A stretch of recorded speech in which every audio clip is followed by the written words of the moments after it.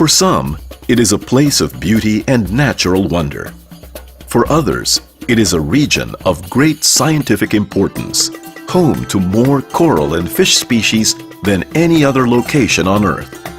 For the 363 million people who live here, however, the Coral Triangle, an area of 6 million square kilometers covering the oceans of Indonesia, Malaysia, Papua New Guinea, the Philippines, the Solomon Islands, and Timor-Leste, is the source of life itself, providing them with the marine resources they need to survive.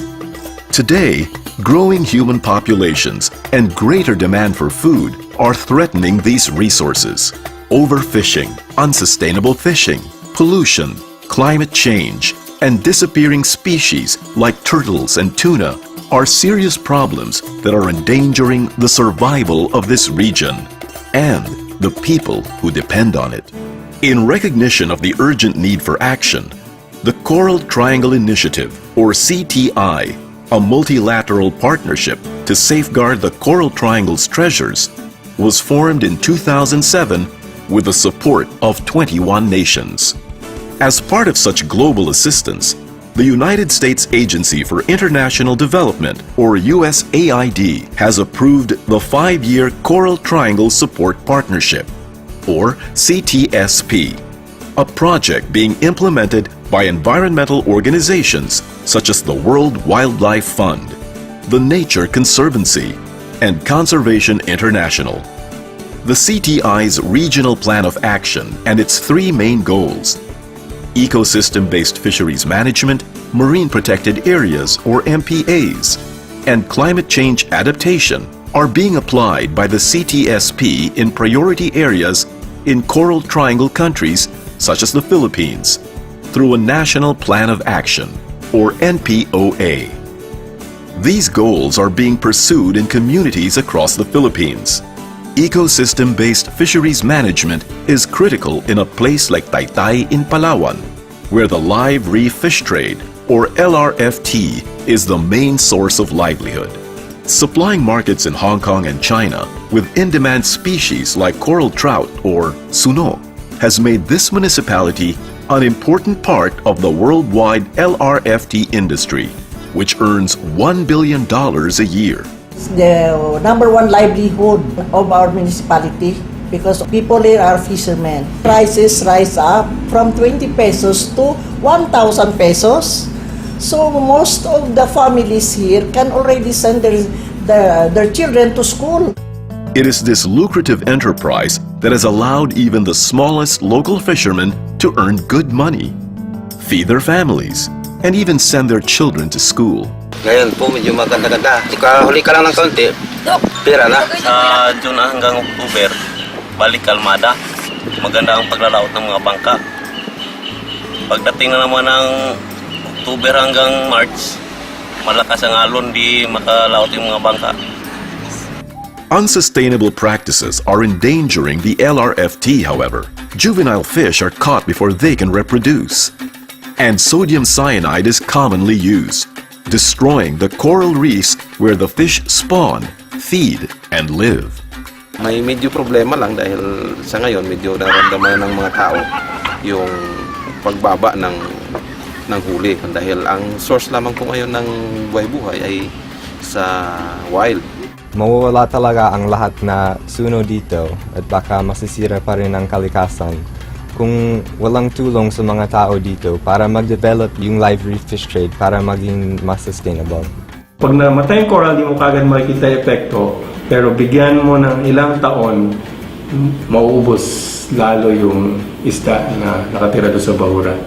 With the fish getting harder to find, money can become scarce, and the security of an entire community may be at stake. Together with the local government, project partners, and stakeholders, the CTSP has developed fisheries management plans for the municipalities of Taytay, Araceli, and Dumaran.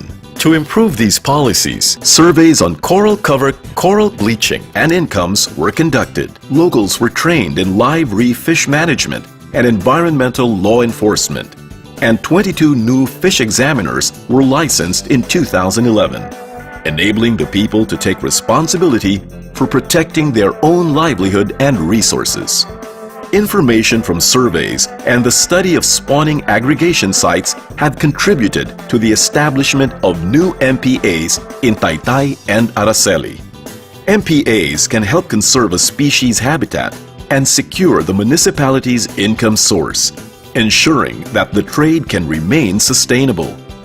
And there will be enough fish to catch in the future. Basically, we're in Taytay because we're trying to sustain the livelihoods of the people there. Of primary importance is the live fish trade, which has been existing for quite some time. And this is also an offshoot of the pioneering fishery coming from Coron. And we've seen that Taytay has been emerging as a major live food fish trade area. So LGU is very responsive to the management and the sustainability of the fishery. So I think that's a very ideal site to work on. I visited the Hong Kong Chamber of Seafood Merchants, and I spoke to its chairman and I asked him, what is the best coral trout in the world? And he said, Palawan. And I asked him, Palawan? Why Palawan? He said, the quality of the flesh, the bite, the color is incomparable. There is no place in the world.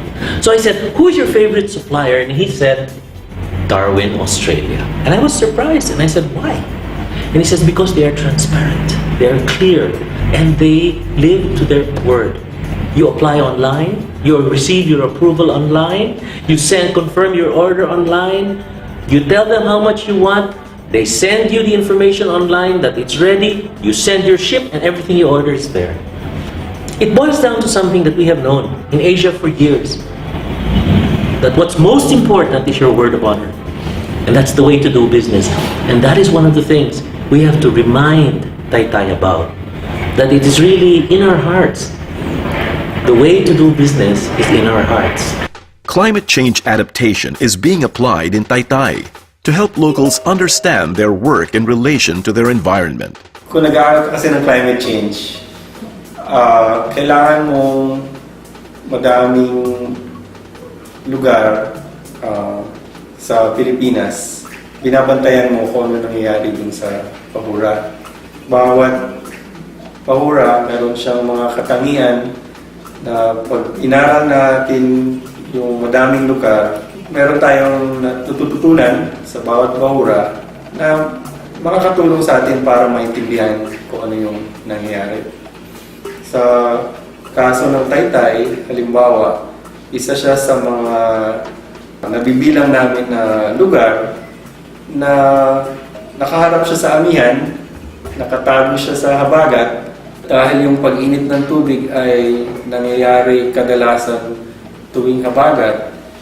Merong mga nangyari sa Taytay noong 2010, noong uminit yung tubig, na hindi masyadong kapansin-pansin sa ibang lugar.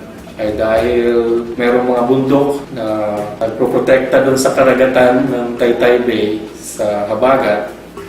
Nung uminit yung tubig, hindi masyadong umikot yung tubig sa Taytay, nagtagal lalo yung mainit na tubig. Kaya yung mga bahura na nasa looban mismo ng Taytay Bay, ang malaki yung epekto ng pag-init ng tubig. Kitang-kita mo yung coral bleaching. Yung coral bleaching ay yun yung tinatawag dun sa pagputi ng mga corals, lalo na kung masyadong mainit yung tubig. LRF catch traceability systems are being developed to monitor fish catch and fishing areas, and plans for fisheries management and further climate change adaptation will be implemented. Better management of MPAs and MPA networks will ensure that important fishing grounds and fish stocks are not exhausted. Yung mga bahura kasi natin ngayon, madami silang dinadanas na stresses. Both natural, halimbawa mga bagyo, and human. Isang magandang halimbawa ay overfishing, pollution. So, kung sabay-sabay dinadanas ng bahura yung mga yun, hindi siya makakabangon kagad or baka mas madali pa siyang mamatay kung uminit yung tubig or nagbago yung klima, lumakas yung mga bagyo, lumakas yung mga pag-ulan. So, kailangan natin bawasan yung mga stressors dun sa reef para ma-enhance yung resilience. The people of Taytay are learning that as part of the Coral Triangle, they are part of a bigger picture, contributing to the good of the whole. Coral Triangle Support Partnership Program is working with the local government units and the communities for fisheries management. So we are assisting them in terms of the fisheries management, especially for the live fruit fish trade.